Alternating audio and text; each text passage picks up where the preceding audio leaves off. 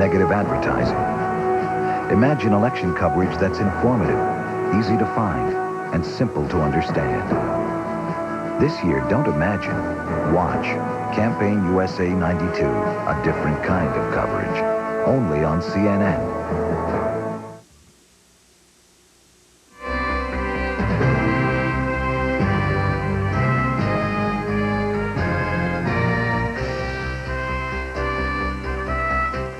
Updating our top stories right now, an incredible story started in Phoenix, Arizona. It is continuing now in Indio, California. A Greyhound bus believed to have 8 people on board has been commandeered by one of the passengers. It is still going on at this time. On the phone with us right now is Officer of the California Highway Patrol, Craig Rental, and he's going to give us the very latest details. Officer, good morning to you. What is the situation right now?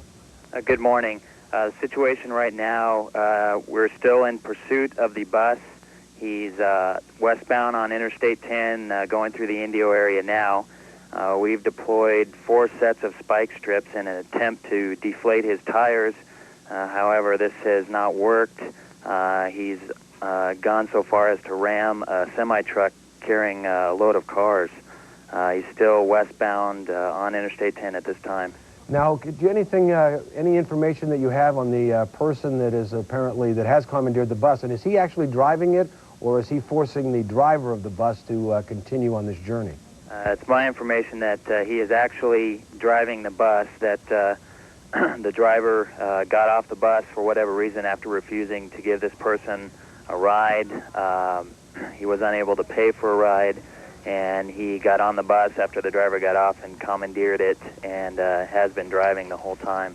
Have there been any demands made? I mean, this is the information is that he tried to get on the bus and couldn't, and as you said, is now on the bus, but obviously there hasn't been any room for any kind of contact with the driver at this point. That's correct.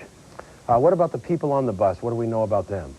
I know that there's 5 males on the bus, 2 females, and 1 passenger is an 18-month-old baby, and that's all we know at this point. Now, geographically speaking here, it started in Phoenix and in Indio. Give us, how far away is that? Well, from Phoenix to the Arizona-California border, approximately 200 miles. From California border to our area in Indio is going to be about another 150 miles or so. So you're saying he's gone almost 350 miles. What would be the anticipated length between filling up with gasoline? I mean, there must be a point here where he's going to run out of gas. Is that what you're hoping for? Assuming he's filled all of his tanks, he could go all the way to the coast. All the way to the coast? Yeah. Okay, so the latest situation is we don't know about any injuries at this point, and this commandeering of the bus is continuing as we are speaking right now. That's correct. Okay, Officer Craig Rental of the California Highway Patrol, thank you very much. I'm sure we'll be checking in with you for the very latest, and thank you for that update. Andrea? Thank you, Patrick. Here's a look at some of the morning's other top stories. The cargo is packed away, and the crew of Discovery is getting ready to return to Earth. Ground Control is monitoring a small fuel leak in one of the maneuvering jets, but NASA says it's not serious. Discovery is scheduled to land at Edwards Air Force Base at 11:07 Eastern this morning. CNN will bring it to you live. Basketball star Magic Johnson confirms he will play in the NBA All-Star Game in Orlando, Florida, February 9th. Johnson has not played in public since announcing he was HIV positive last November. But he told an informal news conference yesterday he is working out and feeling good. He also plans to play in the Olympics this summer, and he's not ruling out an NBA comeback. Opening statements began today in Mike Tyson's rape trial in Indianapolis. The former heavyweight champion is accused of raping a beauty pageant contestant. He says she consented to having sex. The last of 12 jurors and 3 alternates, mostly white males, were chosen yesterday. The defense had complained about the racial mix of the pool of prospective jurors. 6,500 Bethlehem Steel employees, that's a quarter of the company's workforce, will lose their jobs by the end of next year. The Pennsylvania-based company says last year's huge losses will also force the sale of 2 divisions, but the firm promises to fill all current customer orders. The second largest U.S. steelmaker lost $638 million in the last quarter of 1991 and $760 million for the entire year. Russian President Boris Yeltsin is in London meeting with British Prime Minister John Major. It is the first stop on Mr. Yeltsin's Western tour that also takes him to the U.S., Canada, and France. He says he will ask the U.S. to abandon its strategic defense initiative in favor of a joint U.S.-Russian space-based program. And Mr. Yeltsin told a British interviewer that conservatives could regain power and resume the arms race if Russia does not get sufficient Western aid. The next round of the Mideast peace talks will take place between the end of April and mid-May. Delegates wrapped up 2 days of meetings in Moscow yesterday, agreeing on the format for future talks, but Israel continues to object to including Palestinians from outside Israeli-occupied territories in those talks. Palestinians did boycott the Moscow meetings because Israel objected to the makeup of their delegation.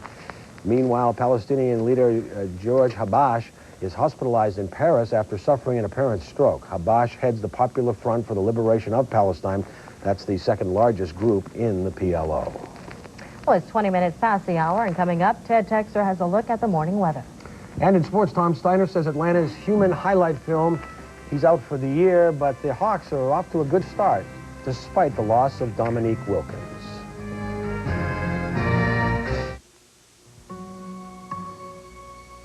The new baby was up all night. Now you gotta make the morning right. Folgers always comes through. It's decaffeinated too. The best part of waking up is Folgers in your cup.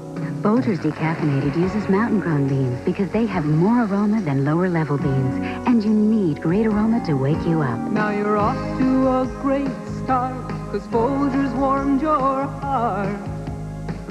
What a wonderful way to let the sun shine on your day. The best part of waking up is Folgers in your cup. This is how the day begins. Sunshine, the good taste of Smuckers, and, surprisingly, this good news. Less than 20 calories in a teaspoon, and you're not adding any fat. And that's why Smuckers is always a good way to start your day. With a name like Smuckers, it has to be good. Malaysia Airlines flies you every day except Tuesdays from Los Angeles to Malaysia with the genuine warmth and charm that's Malaysian. Malaysia Airlines. Enchantment wherever you fly.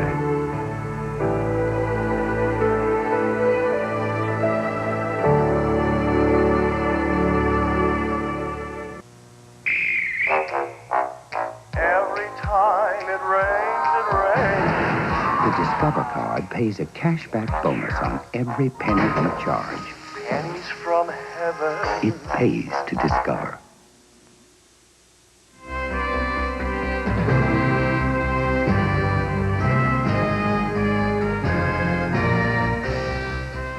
Good morning again. I'm Ted Texter. It's 6:23 in the east. We want to show you some areas of heavier precipitation throughout the day. Snow is going to begin to move on into the upper Midwest, northern section of the Great Lakes region, on into the northeastern United States. Northern parts of New England will see some snow showers later on today. Already some freezing drizzle has been seen through northern parts of the state of Michigan. On further to the south and through the east, into the Gulf states, it looks like light to moderate rain shower activity continuing there. And back further west, some shower activity throughout the southernmost tip of Texas, northwestern United States. More in the way of heavy rain will be the case. Up to 3 inches in some spots there already. In Forks, Washington, up to 1.5 inches of rain has fallen just in the past 6 to 8 hours. Alaska, Hawaii, Puerto Rico, let's see what's going to happen there throughout the day. In Honolulu, about 81 degrees and a high surf advisory on the north and western shores of all of the islands. Partly cloudy skies.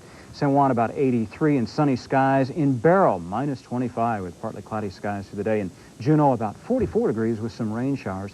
Anchorage running about 23 through the day with snow. Now these forecasts for cities around the nation.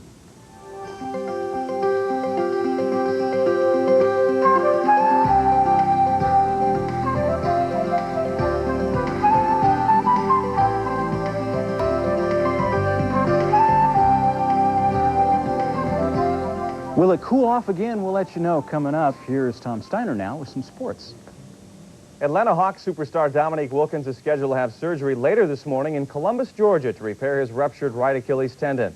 Both Neek and his doctor are certain of a successful comeback. Wilkins is looking at 6 to 9 months away from basketball, so the hardest thing for him at this point is having to sit and watch from the sidelines. But it hasn't been all that bad so far. His Hawks are 2-0 without him, and Bobby Weiss's team playing with a vengeance at Milwaukee. Moses Malone, the former Hawk, he was pumped up to play his ex-teammate, still a rebounding machine. That bucket put him in 5th on the all-time scoring list. Moreland Wiley, what a pickup he's been. Dwayne Farrell, the stuff. Farrell will be starting in place of Neek. The Hawks were leading all the way in this one. Brad Lohaus, got to get out on him. He can shoot for a big guy. The Bucks, with that 3, were down by just 3, but Wiley leading the show found us wide-open Stacey Augmon, who threw in 2 of his career-high 25, and the Hawks hand the Bucks their 5th straight loss, 110-100. The complete scoreboard on the way.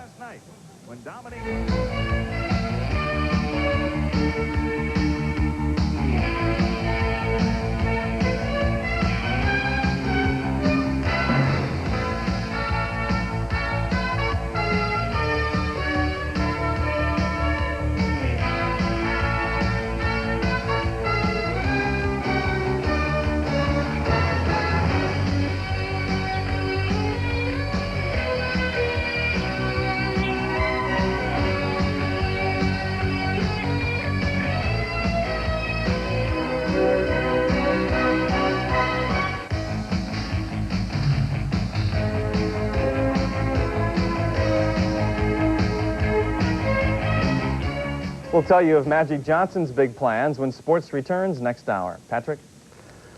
Tom Steiner, thank you very much. Well, here's a happy ending to a story, or at least a continuing story. 11-year-old Donnie Tomei has to go back to school, but otherwise his life is rosy right now.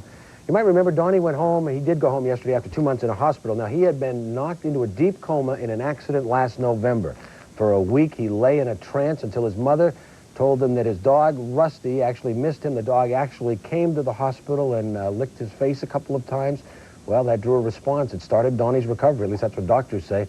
He said yesterday he plans now to play with Rusty and his toys. As for school, however, he called that yucky. Well on the road to recovery, I guess. Amazing So that kind story. of adjective about it. Oh, that is really. I remember the dog going into the hospital. I guess it was like a we golden covered retriever that. or something. Yeah, By all exactly. means. And some people have seen what they thought was a solid investment hit the rocks. We'll explain when Daybreak continues at the top of the hour. Thanks for watching. I'm Andrea Arceneaux. I'm Patrick Greenlaw. Stuart Varney's in New York. He's going to tell us what's ahead on Business Morning. And good morning to you, Stuart. Good morning, Patrick. Andrea, the president takes his act on the road. Armed with a $1.5 trillion spending plan to boost the economy, Mr. Bush now sets out to win the support of Democrats and voters. And we'll have the latest from the world's financial markets for you, following yesterday's big sell-off on Wall Street. All that's next on Business Morning.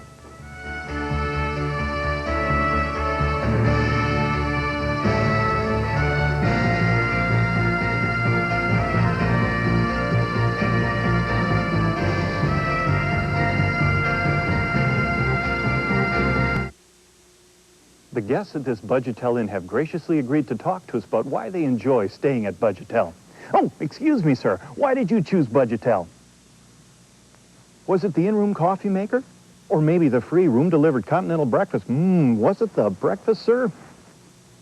Perhaps this extra-long bed has something to do with it, but I guess we'll never know, will we?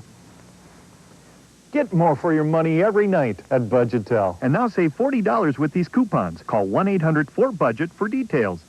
Konica knows to keep a business running smoothly, you need teamwork, timing, and communication. You can't afford to miss a beat. I'm missing page 2. In 1962, Tsongas graduated from Dartmouth College and headed for a 2-year stint in Ethiopia, his first venture away from New England. I consider, in terms of your professional career, those 2 years to be the best years of my life, and how I felt about myself. After the Peace Corps, Tsongas went to Yale Law School and passed up the big money of a corporate law career to return to Lowell and start a family and a career in politics. In 1974, in the Democratic sweep after Watergate, Tsongas won a long-shot bid for Congress. We were so self-important. We were the reformers. We were the ones who ran against Nixon. We were going to change Washington. Tsongas didn't change Washington in his 2 House terms. He just served his constituents and got reelected. In 1978, he spotted another underdog opportunity to move up. He ran against incumbent Ed Brooke, the Senate's only black. Another Tsongas victory. He's a guy who has done a whole series of things in spite of people telling him that you can't do it. And people say, gee, how dare he run for president? He doesn't fit the intangibles. And the answer is he's a guy who has for 20 years now been doing things that people told him he shouldn't try to do and succeeding at them, and I'm sure that's what's motivating him. I think he sees a path that maybe nobody else sees. He's willing to discuss it with other people, but if he doesn't hear an acceptable reason to change course, he won't. Tsongas fell in with a group of younger senators who wanted to change the course of the Democratic Party, away from knee-jerk liberalism. By the end of his first Senate term, Tsongas had the coloration of a maverick. He bucked his party's leadership on key votes, such as supporting the big Chrysler bailout that most Democrats opposed. His independence was just beginning, but suddenly it looked like the end. In the shower, he discovered a lump. There were tests and more tests. It was lymphoma. Everybody made sure that you stuck together, that you didn't talk about it, that nobody outside the family knew about this other than the doctors. The tumor on his neck kept growing. Tsongas decided that if his time was limited, it belonged to his family. Last Friday night, I was lying there in the darkness, and it became obvious to me what I had to do. This decision is a surprise to me, too. But I knew at that time what... The promising Senate career was over. His doctors began a long treatment of chemotherapy. Then a dangerous experiment, a bone marrow transplant. It was a 7-year climb back to health. Tsongas stayed with his family. He helped his wife earn a law degree just in case. Paul Tsongas was blessed with life, and he sees the world through different eyes now. I wasn't supposed to be here. I think you become much more focused on family, and you try to pour yourself into your kids so they remember you. I didn't remember my mother, so that's important to me, that my kids know who I was, and part of me is inside of them. So your obligation to them goes to the world in which they will live.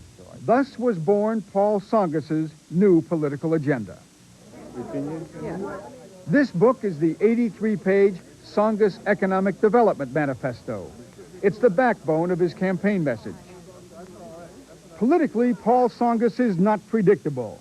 Strongly pro-choice on abortion, but also pro-nuclear power. He supports comprehensive national health insurance, but also is a self-styled pro-business Democrat who favors a capital gains tax cut. Joshua, this man is running for president. Paul Tsongas was out there alone for a long time. CNN's were the only network cameras late this summer at a Clambake, Maine, when he found some old friends from Senate days. Majority Leader George Mitchell and former Senator Ed Muskie. Look forward to hearing you speak. I haven't heard you speak since you're in the Senate. I hope you've improved. Paul Tsongas is the first cancer survivor ever to run for president. Keep a time, my friend. Wherever he goes, people reach out to touch him.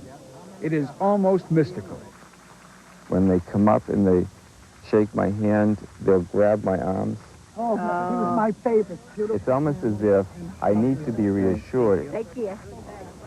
He says this race for the presidency is, quote, the obligation of my survival. The courage Paul Tsongas showed in his battle with cancer is unquestioned.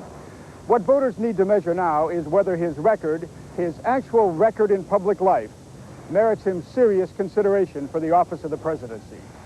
Ken Bodie, CNN, Special Assignment. Still ahead on the morning news, the Los Angeles Lakers get an assist from the Golden State Warriors. A lot of hot-headed players. Tom Steiner will have the details.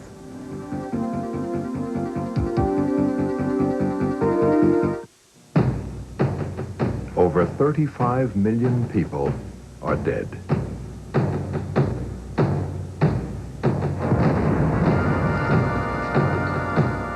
1,700 cities and townships are destroyed.